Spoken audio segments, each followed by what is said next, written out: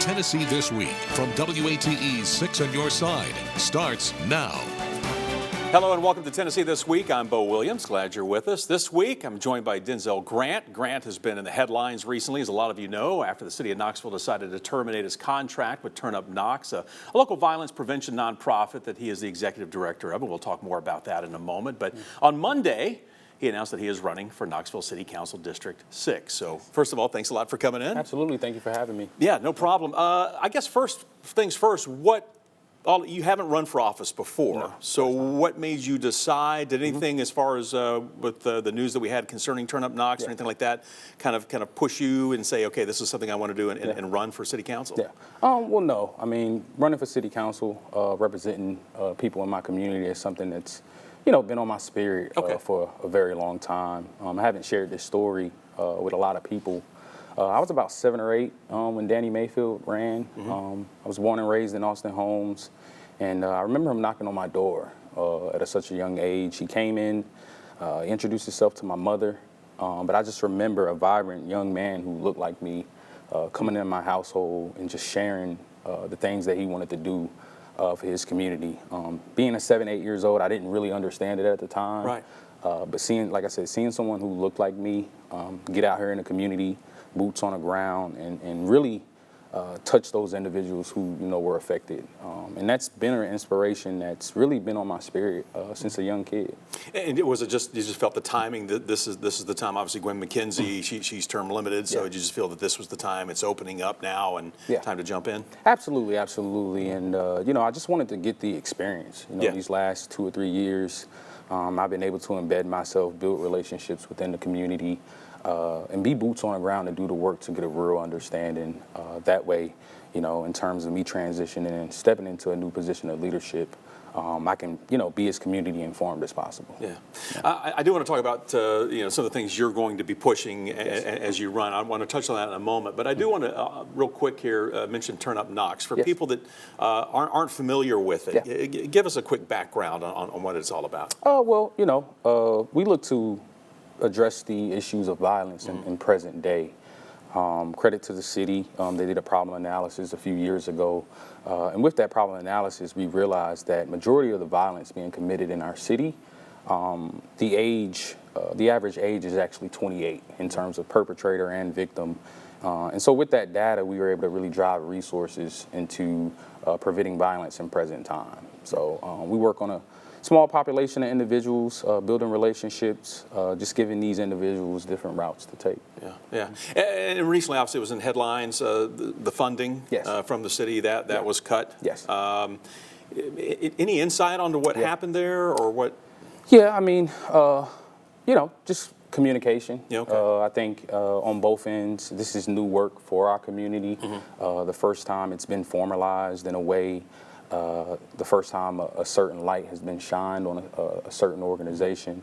And I think, at the end of the day, we've all wanted the same things, but I think it was just communication. Just communication. Yeah. Well, as far as the money that was, what did that go to? And at the same time, kind of a two-part question, what are you doing now to try to supplement that loss now as far as funding? Well, the funding helped us, pretty much build the organization from the ground. While a lot of us shared the passion to be able to do the work, we felt the need that people needed to be compensated for their time. While you can't put a price on what we do, I think it's fair to say that a lot of people, a lot of my staff, a lot of individuals have made the sacrifice to get out here to help save lives. And so it's helped us transition in a way, set a foundation for us. And build those relationships within the community to where we can build outside resources. Have you been able to find alternative funding, or where are you in that process? Yes, we've been able to find outside funding. We do have our 501c3 status now currently. We've received funding from the Gene and Monday Foundation.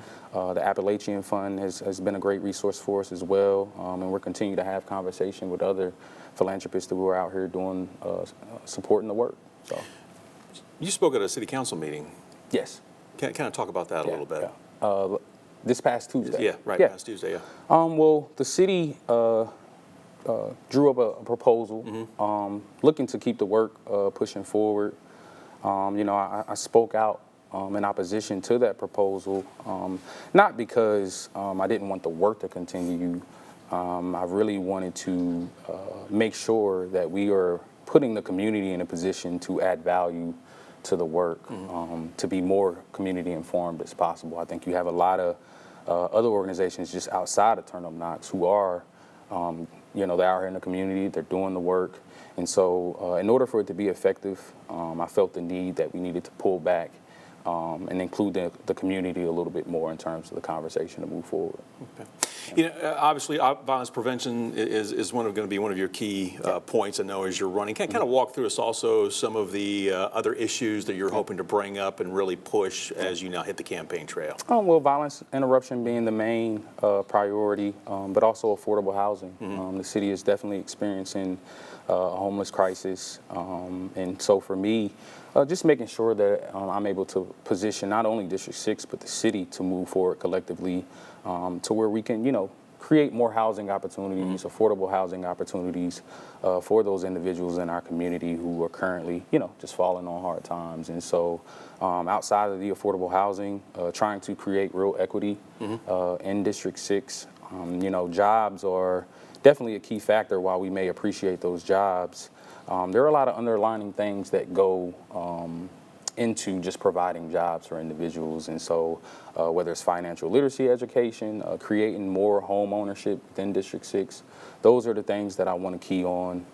I think thinking about the longevity, being term limited, you want to be able to, extend those 4 to 8 years possibly, and set a precedent for the next 20 to 25 years possibly, if you can, while you do have that time. Yeah, so just not looking within the time that you have, but how can you continue to build upon that? Absolutely. And obviously someone coming from that area, as you mentioned, I mean, you have grown up through there, you have seen, I guess, firsthand, as I'm sure a lot of the other people too that may be running for this spot, but anything that you reach back and pull from your youth coming up saying, if I ever had the chance, this is something I'm going to try to take care of. Absolutely. Growing up in the Austin Home Project, we struggle, right? But, when that's all you see, you don't know that you're poor. I was fortunate enough to have a mom who worked hard, I had other moms in the communities, grandmothers in the community who took care of us, right, outside of our homes. And that's the narrative, that's the environment that I want to create, bringing back the village.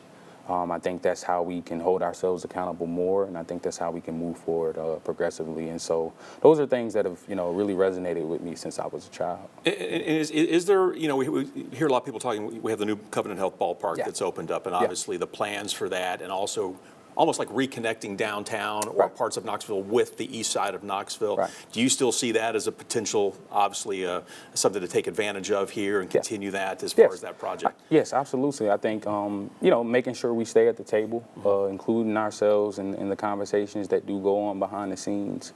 If I'm fortunate enough to get this seat, making sure that I'm including the community in the conversations, I think is very, very important, making sure that we're at the table and we stay at the table. There's 9 names for District 6. Yes. How does someone stand out? I mean, that is a big field. So what do you feel you have to do to make sure that you stand out from everyone else? Because I know you've got Stan Johnson, I think, is running from Seed, so another nonprofit. There's a lot of people in this mix that are known in the community. So what do you do? Yeah, well, I mean, you have a lot of people, to your point, you have a lot of people that are running, and a lot of them are doing great work in our community. I think the difference for me is I want to be able to create a bridge between the different generations. I've been able to really create intergenerational relationships, and so being able to get that wisdom from our elders who've already laid the blueprint down for us, and being able to connect with the younger group of individuals, our upcoming leaders, I think gives me the upper hand to be able to just build the bridge that we need between different generations. I think that's how we move forward together, is creating bridges between generations and having that conversation to move forward. So I think that's what I bring that's pretty much different. Real quick at the beginning, you mentioned something, this is something new for you. Yeah. You've never done this before, jumping in. Yeah. Win or lose, what are you hoping to take away from all of this? I think pretty much having different conversations. I look forward to hearing what the other candidates have, what they want to bring to the table, the changes that they're looking to make. Win or lose, I'm still going to get out here and try to help and bring value not just to District 6, but the entire city of Knoxville. And so, yeah, definitely looking forward to the process, looking forward to learning, looking forward to get that feedback from community members so I can continue to push forward. Fantastic. Yeah. Appreciate your time. Absolutely. Yeah, thanks a lot for coming by. Good luck. I know we'll be talking to you again. That Absolutely. is for sure. Thank you. Thank you. All right, stay with us. Our panel of pundits, they'll weigh in right after this. We'll be back in 90 seconds. And welcome back to Tennessee This Week. A moment ago, we heard from Turn Up Knox Executive Director and Knoxville City Council candidate Denzel Grant. Now we want to bring in our panel of pundits to discuss what he had to say. Joining us today, Courtney Piper, Craig Griffith, and Michael Covington. It's always great to see you guys. Thank you. It is a large field for District 6. So, Michael, I'm going to start with you. How do you stand out? We put that question to Denzel, and he said, he says his tactic will be bridging a gap between generations. How does someone stand out in this race? Or could we even see more names? I mean, it's already a large field as it is. We could certainly see more names. When I ran for city council, there were 16. I'm pleased to say that I was the endorsed candidate of the Sentinel the last time they did that. My point in that is, I got 100 votes in that election. And when I went to bed that night, I had 99. My point is, how do you stand out in that group? Well, first of all, you have to have been active in the community. 7 of those individuals, done, right off the top. Or 6, take 6 right off the top. The 7th candidate is a perennial, never gonna get elected, no matter how many times he tries. All you're left with is Johnson and Brown. Sam Johnson, Stan Johnson, Sam Brown. Those are the only 2 relevant candidates. Of the 100 people or so that will call me between now and primary time, only 2 candidates to consider. Tell me what your objectives are in your community, and I can tell you which candidate you should vote for those things. Do you think Denzel Grant is a viable candidate? I do not. Okay. And why is that? The city has determined that his management skills and his communication skills are lacking. Until he gets those improved, there's no need to consider him to be one of the viable candidates to be on the city council, because he'd be working with the same city that doesn't feel like he communicates or manages well. Courtney, what do you think? It's not complicated. Well, Michael, that is a very logical argument, and logic oftentimes does not win in politics. Yes, but I'm pretty undefeated. I'm pretty undefeated in predicting. Running, I'm not so successful in, but predicting, undefeated. Now, generally when you have a crowded field, and I'm District 6 adjacent, I'm District 4, City Council District 4, typically what you try and do is collect as many factions as possible and get those factions behind you to elevate your name visibility, and then collect those votes with those particular factions. We were looking at the list of candidates for District 6, and it is a very long list, and we noticed not a lot of people have returned their petitions. So I think it's a very likely scenario where you'll have a lot of interest, but maybe only 3 or 4 folks actually turn in a petition and are eligible to run. Now, in terms of name recognition and collecting factions, I mean, you do have a lot of viable candidates, maybe not 6 or 7, but 2 or 3, and that can be a lot. So these guys are going to have to really collect their faction leaders and increase their name recognition and make sure that they get out the vote. Craig, what do you think? August will be here before you know it, so.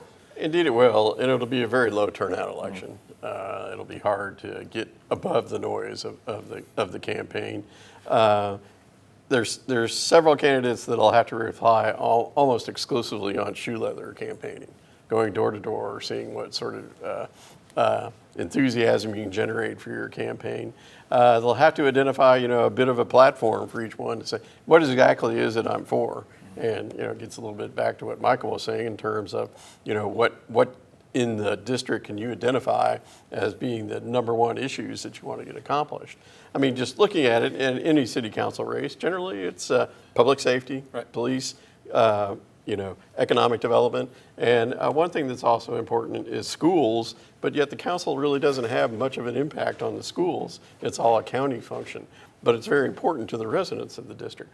So it'll be interesting to see who takes the time to campaign, who takes the time to get out and meet as many people as you can, who courts the individual neighborhood associations in the district. And of course, it's a different election now.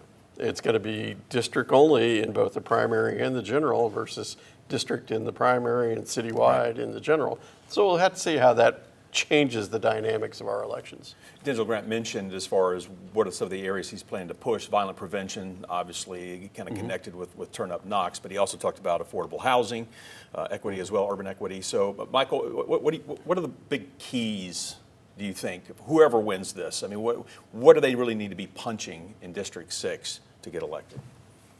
To get elected? To get elected. Okay. To get elected is a little bit different in my mind in terms of what they might try to accomplish once they got elected. To get elected, wow, you need to be in all of the churches that you can get to. You need to be talking to a lot of the ministers. Obviously, Sam Brown is a member of a ministerial association. Stan Johnson has been a mainstay in terms of affordable housing. Denzel Grant, nonviolence or cutting down on violence. So they're gonna play to their strengths, and if their strengths are strong enough, housing, that may be the issue. I was going to say, is that the key issue? That really may be the issue. Stan Johnson can do promos standing out in front of properties that he has facilitated the development of. That's a pretty big deal. He's not just buying up properties and reselling them, or leasing them, or flipping them, or rent. He's not doing any of that. He's making them available for people to make purchases and to have home ownership. Reducing violence, okay, we're paying to do that. That can only sustain itself for so long. How would the current city council candidate or even the mayor endorsement weigh in on a District 6 election? Well, it certainly weighed in 2017 when Mayor O'Hara endorsed Gwen McKenzie. Not a bad endorsement.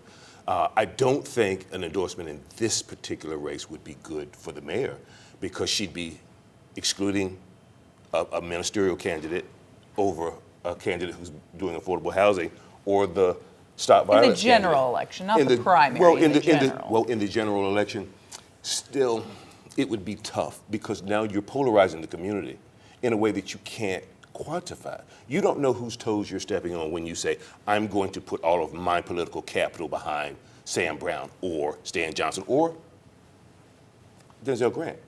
There's a risk. There was not the same risk when Gwen McKenzie was opposed by Jennifer Montgomery. The mayor made a calculated risk or decision. There was no risk involved. Gwen was a solid candidate. Jennifer Montgomery just was not the beneficiary of that endorsement. So I think that the mayor should pretty much stay out of this one because I don't think she can quantify whose toes she's stepping on. Of course, the mayor is term limited. Right. So it really doesn't, have, she may have an attitude that I don't really care which toes I step on. I want to get this candidate elected to help in my last 2 years of office. So, and I would also say that, and I pointed out, in my experience with this community, it's the relationship with the police department that's key to what most people, how they vote in these elections. So there doesn't seem that the temperature of that relationship seems to have gone down, but it only takes one incident for it to go back up. How relations between the current police chief, the city administration, and the neighborhood are very key to success in this district, I think. All right. Real quick, you mentioned housing just a moment ago, and we do want to bring this up real quick. Affordable housing on Tuesday, Knoxville City Council voted to support Mayor India Kincannon's initiative to partner with private philanthropic donors to expand the construction of new affordable housing. Courtney, let me get your thoughts on this plan. What do you think? Affordable housing is a problem. Yes. It's a huge, huge problem, and we need more affordable housing. This is a solution, and it's one that has shown to actually put affordable housing in the ground. So to the extent that we are going to continue to lean on something that is working, great. Yeah. We should be doing those things. Correct. And it's going to be the only way affordable housing is going to get built now. You're going to see an ever declining role in the federal government in terms of developing affordable housing and issues addressing homelessness. So this is the only model that's going to be in existence for the next several years.